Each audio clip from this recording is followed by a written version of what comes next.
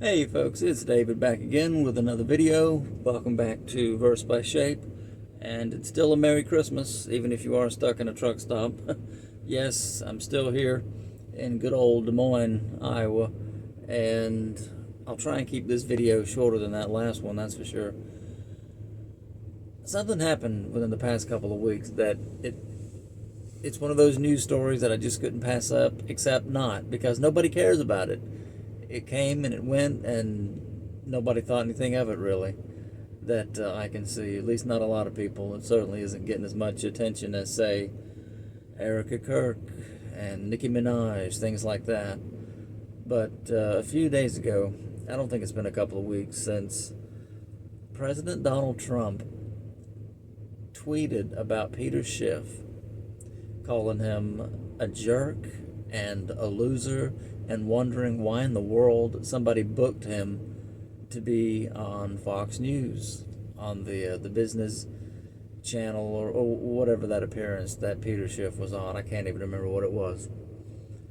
But the particular show doesn't matter. It's the fact that he talked about him in that way and insulted him like that that I wanted to talk about, because even up until now, I have always maintained in my imagination that Donald Trump is what they were originally calling a counterpuncher. I really appreciated that terminology. I forget who used it, but several different commentators said essentially the same kind of description, that Donald Trump doesn't just attack people. He's not an aggressor. He doesn't start fights, but if you want to criticize him or insult him, he's the kind of person that he's not going to really turn the other cheek. He's going to hit you back, and in fact, if you keep it up, he'll invent a special nickname just for you. Crooked Hillary, Lion Ted, Little Rubio, all the other names that he's come up with people who wanted to criticize him. Instead of just maybe taking some criticism, he would go all out. But this is one instance where my whatever was left of my estimation of that was just blown away. I mean, blown away. And here's why. I don't know if you know who Peter Schiff is. Hopefully you at least know of him. But I've been I'll just say, something of a fan, not a complete disciple or anything like that of Schiff. I don't agree with everything he says. You got to say that about everybody. I know that. But I've appreciated much of what I've learned from him since 2007, when I first learned of him, and also Ron Paul around that exact same time period. And I've even been persuaded to buy several of his books and read them. I've learned quite a bit that I don't know that I would have ever learned if not from him. Maybe it would have been from someone else. But the point is, I appreciate the man. And like I said, even though you don't agree always, like, there's some things that could 180 degrees difference of opinion from the stance that Schiff takes. But be that as it may, I appreciate the man. And when that happened a couple weeks ago, I was a little bit floored. It's like, I can see Trump saying this kind of thing easy about people. For him to say it about Schiff, it really, really bothered me. I mean, it didn't ruin my life or anything, but it was just one of those things where it's like, oh well, I guess this is just the next shoe to drop. This is the next chapter of you losing confidence in your I'm not even going to say heroes, in your leadership, because it's one thing for him to hit back against people who are criticizing him for nonsense reasons.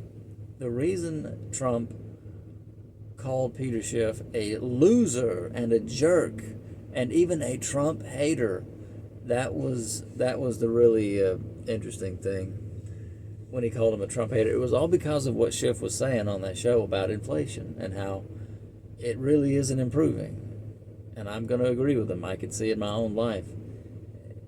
Things aren't going back to normal. It's like these high prices, higher and higher prices, is the new quote-unquote normal. And it really ticks me off, and I wish more people would be as honest about it as Schiff. Then again, it is his profession. They introduced him as a stockbroker because that was Schiff's original uh, title in his career, right?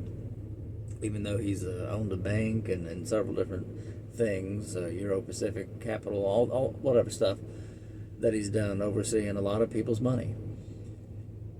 It just, it was a sad moment because, granted, there are some conspiracy theories that say that Trump isn't even in control of his Twitter, his social media, that somebody else is actually doing it for him. I just don't know. In fact, I'm persuaded to think no, because of his personality type, that Trump is the one at 1 a.m. in his bed, on the toilet, in whatever, tweeting and Truth Socialing. And the thing is, he's got his own social media platform, Truth Social, and apparently that's where he made that posting about, we need to look into whoever in the world booked this Trump hater. And like I said, it's one thing for him to call Schiff a jerk and a loser, which is, it's immature even for Trump to go there when all Schiff was saying is no, inflation isn't getting bad, and the current policies that the Trump administration is pursuing is going to exacerbate it. It's going to just make it significantly much worse before it ever maybe starts getting better. That's all it took. Just telling the truth. And then Trump gets on his thing called Truth Social to say what he said about Schiff. And my estimation of him as, or my assessment of him, of Trump as a counterpuncher, was just, it's just gone. It's just like, he is, I've always known he's an emotional guy, but he's overly emotional. He said, when he put it on all bold letters, I remember, I'm fixing it. I'm fixing the economy. I'm fixing inflation. I can appreciate some lower gas prices as much as the next American, but these other prices, no, not so much. And the thing is, what's not fair about it all, in my mind, is the fact that he called him a Trump hater. Who booked this Trump hater? On Fox News? What's going on here? When Trump did that, I thought to myself, he's totally out of line. Because when you do that, when you call somebody a Trump hater in this current political atmosphere, and you just have to acknowledge it for what it is, when you call somebody that, you're saying basically that they are a leftist, that they're an enemy of all of the good and decent things that you're supposedly trying to do for the country, and it invites automatic criticism, automatic shunning maybe of that person, in this case of Peter Schiff. And it's just not right. It's not cool that he did that, and I just wanted to come on here and say that was totally bogus. Trump might call somebody a loser and a jerk for whatever reason, but when he said that about him, when he said this Trump hater, Schiff is not a Trump hater. He'll tell you on his podcast he's voted for him every chance that he had. It's like, where is this Trump hater moniker? It's a bullseye, especially when you're on the top of the heap as the president, and you put that label on somebody. You're inviting, I'm not saying physical retaliation, or violence. I'm saying you're basically saying this person should not be listened to at all. When it comes to the debt and inflation, spending, things in economics, Schiff absolutely should be listened to, and a lot. And he should have been listened to for many years now. But unfortunately, we're living through a period of time when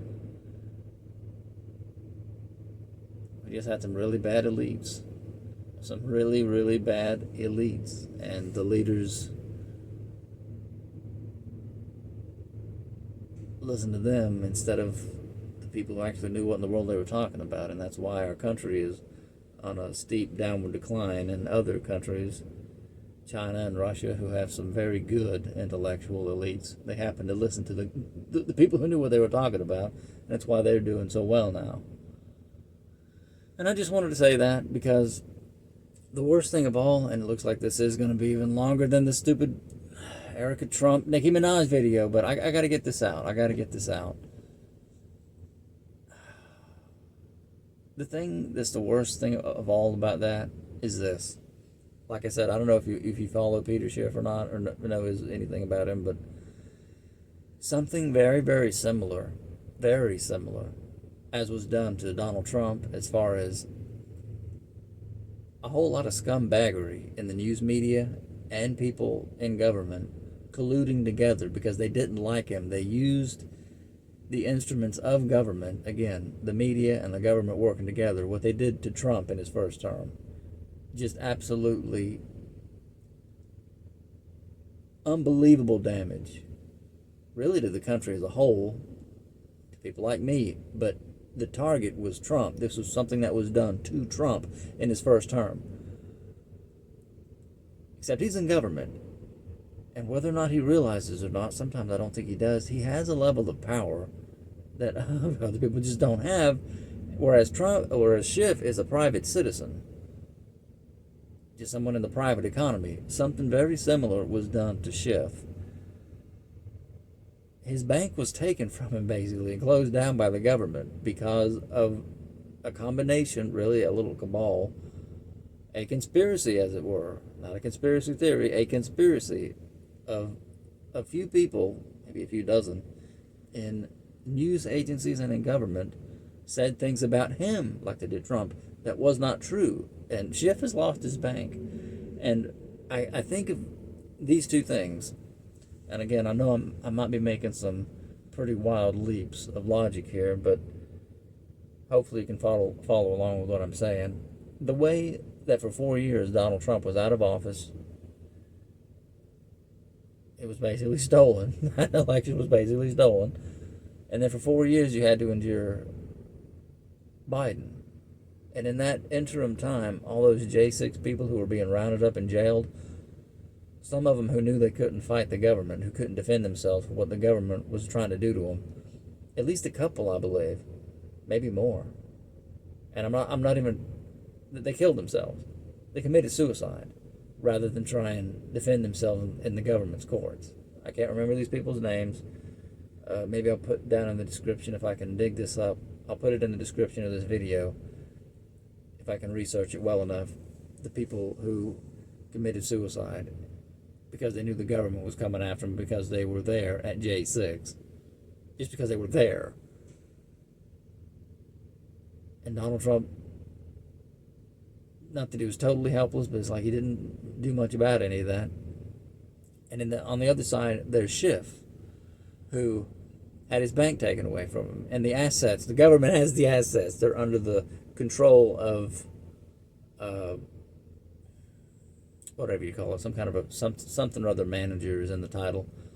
The point is, the bank customers didn't get their money, and because they're basically cut off from their life savings, from their fortune, their livelihood, their lives upended because their money's been absconded with, and having to wait on it for years and they're not getting it. Either one or two, at least one person of Schiff's clients, bank customers, have killed themselves. These people end themselves over what you're doing to them. Not you, what's being done to them. And it's like,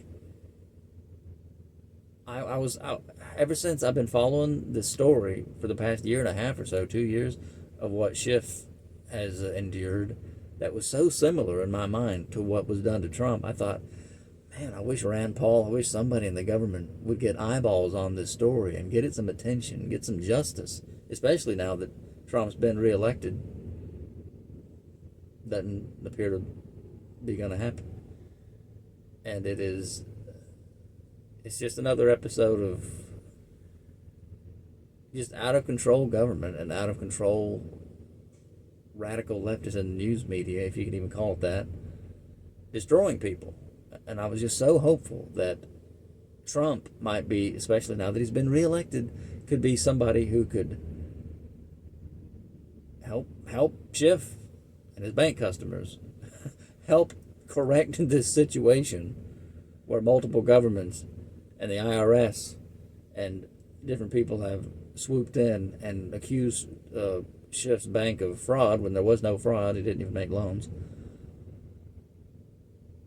And it just ruined people using lies and people in the news media and some scoundrels in the government to do it.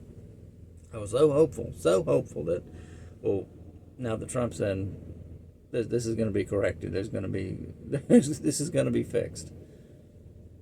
No, it doesn't appear to be happening. And on top of that, you get Trump on Truth Social. Not only is he not helping him, he's calling him a loser. And he's calling him a jerk. And he's calling him a Trump hater. And I don't know what else to say. I guess that's that. Maybe you can help me describe the situation, because I'm all out of words for how to describe what I'm seeing in the world with things like that happening, and the total lack of, I want to call it maturity, but it's like basic caring. It's like there's no regard for the basic justice, basic rule of law. And well, at least I've gotten it off my chest. I'm still going to be thinking about it, but I've been meaning to make a video about this and just talk about it, just speak out loud with somebody, because I don't have a chance to talk with anybody about any of this at any time. That's why I make a video every now and then. So there you have it. Maybe you can help fill me in on whatever I'm missing, folks, because I always thought of Trump as hard but fair. No, more and more I'm just thinking of him as a hard head who doesn't really know what he's doing, that he might just be everything I didn't want to think of him as, a blowhard who's in over his head. And it just doesn't bode well for what that means for the rest of us. But enough, I've talked too long. Merry Christmas.